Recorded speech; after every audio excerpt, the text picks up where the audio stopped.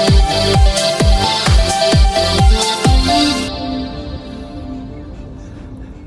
everybody, welcome back to another 1986 Porsche 944 video. Well, this week I'm going to replace these old, nasty, incandescent, and broken headlights. Stay tuned.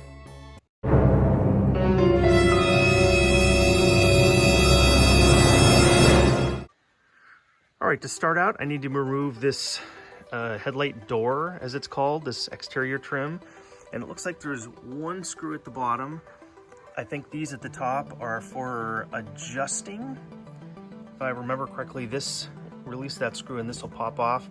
Then I can get to the retaining ring that holds this in place. That looks like it was struck by a stone, who knows how long ago. This one's okay, but it's old and outdated. I picked up these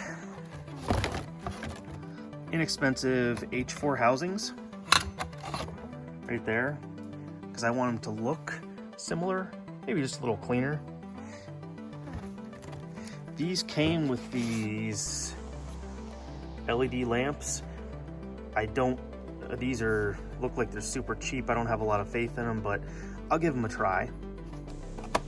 And if I don't like them, I can just replace them with some regular H4 bulbs.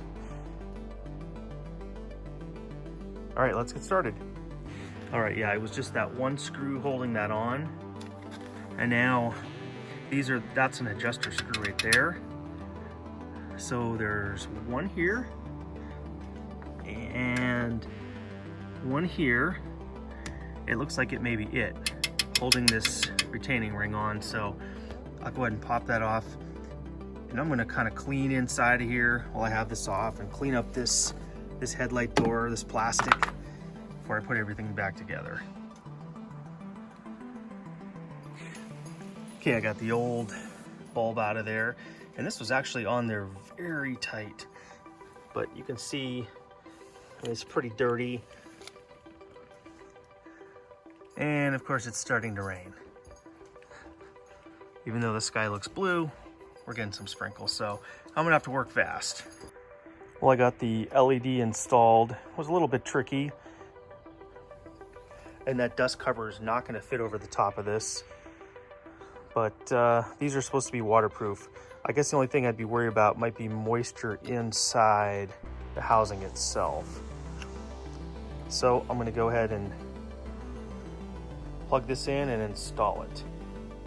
Like I said, I don't have a lot of faith in these particular LEDs when they come free with these headlight housings, and these were cheap enough to begin with. I think these were not even 50 bucks, but the reason I got these is they are glass and not plastic, so they appear to be pretty quality. I mean, they're not hella, but you know, for what they are, and the fact that I'll probably rarely drive this car at night, this should be just fine.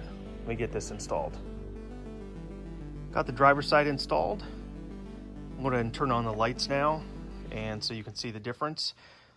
Now keep in mind, the high beams are going to be on because one of my next projects is replacing the headlight switch in the car. When you toggle it, it's a common problem with these cars.